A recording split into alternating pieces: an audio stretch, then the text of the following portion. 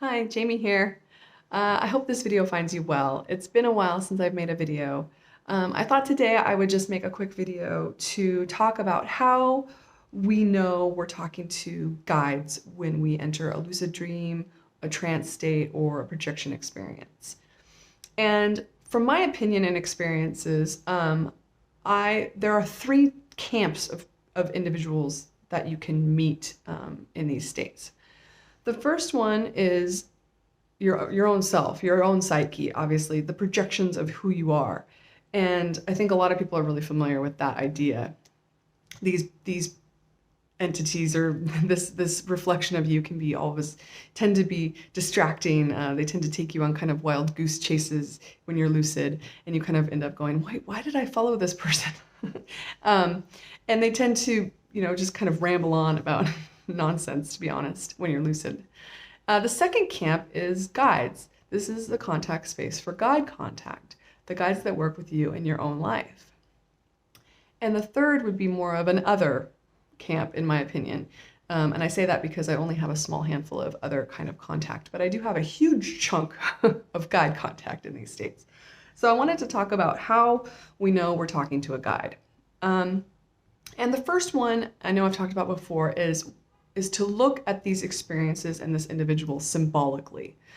So guides tend to follow a very strict pattern of behavior in terms of how they manifest. I will tell you that sometimes guides have come up to me and they look just like a person that I wouldn't have any kind of reference for. Just their own person, and they say just basically, my name's Rebecca, and then we end up talking, okay. But most of the time they come kind of in costume, they mask and mirror what we're going through. They tend to kind of symbolically, they tend to be on an elevated step or a little bit taller than you. They also tend to have a title, like an authority title, or, are they the manager of the hotel that's in the lucid dream? Are they, the boss of the company in the dream or whatever? So these kinds of things can be indicators that you're talking to a guide. So look at them symbolically. And I know a lot of people obviously already know about Michael Sheridan, but I tend to have some new viewers, so I just want to say that the expert on symbols and the information that you need regarding symbols and guide contact is Michael Sheridan. How to Interpret Your Dreams, his book. The back has a dictionary with all the symbols that you would need to know about guides and about contact in general in your dreams. Very important. I'll also put the link to his website in the thing. So yeah, and on his website, the dictionary is free. And it's priceless information. So that's number one, is symbolically. Number two is kind of more where I've been working on, which is just basically your discernment, using your own discernment to determine whether or not you're talking to a guide or a projection or maybe another, these kinds of things. And I'll just say I had a recent experience where I got lucid and I was in the backyard of my mom, the house I grew up in, which is very, very prevalent. And there was a cleanup crew. And when I got lucid, I realized that the leader of the cleanup crew was Michael Scott from The Office. Very classic for me to have guides show up as especially Michael Scott characters from The Office. And I went up to him, and what I've been doing recently is saying, "Excuse me, are you a guide?" And he turned around and he said, yes, I am. And we ended up having a really great conversation. I wrote in my journal, we had a lovely conversation.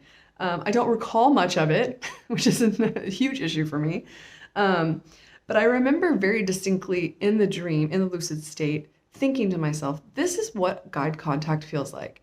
He was actually listening to what I was saying, and he had like really thoughtful responses to what I was saying. And I remember thinking that we just had this amazing and great back and forth going on. And then I wrote, I only hope I picked up most of it subconsciously. So, which is another video, to be honest with you, how to remember these things, these long conversations with guides. But that is such a great moment of, okay, that's what a guide contact feels like. It has that kind of pause in the conversation. It has that sense of thoughtfulness to the conversation. I've had a lot of that recently. A lot, honestly. So discernment. And the third kind of idea is just this idea that when you are encountering an individual or a being or something in the lucid state, it can be one of the most exciting and exhilarating things that you've done, because there's just such a sense of otherness. You're like, wow, and it's incredible. It's absolutely phenomenal to come back from these experiences and think, wow, I was just talking to somebody in a different dimension. And, you know, it's probably so far-fetched for most people, but it's the truth. It's the truth. And it just can crack you open, and it's an incredible experience. So I have nothing but good things to say about it, honestly. It's great.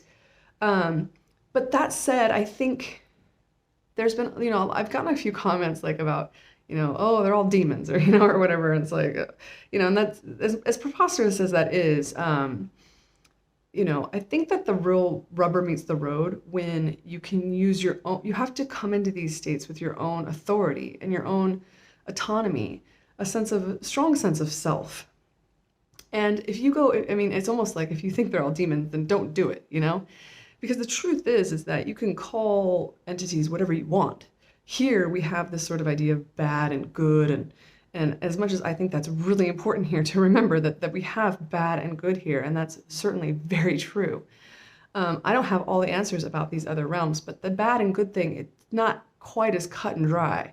And so in a lot of ways, it's even like that here. It's like you can meet somebody and say, oh, they're a bad person, but that has nothing to do with you. That is more about your own discernment for information, your own discernment about meeting somebody and saying, you know, they feel a little off, I'm going to kind of avoid them, which I've done recently with the help of my guides and dreams. And so I think that's the same going into these states. So I will leave it at that, just to have that sense of self and that sense of self-authority. If somebody's given up their authority to somebody else or to another, to anything, then that can be very tricky. So on that note, I will sum up: symbols, discernment, having your own authority in these realms is the best framework for working with guides, direct contact with guides in trance states. So I hope that's helpful. I hope that this video finds you well, and I'll talk to you really soon. Thanks a lot.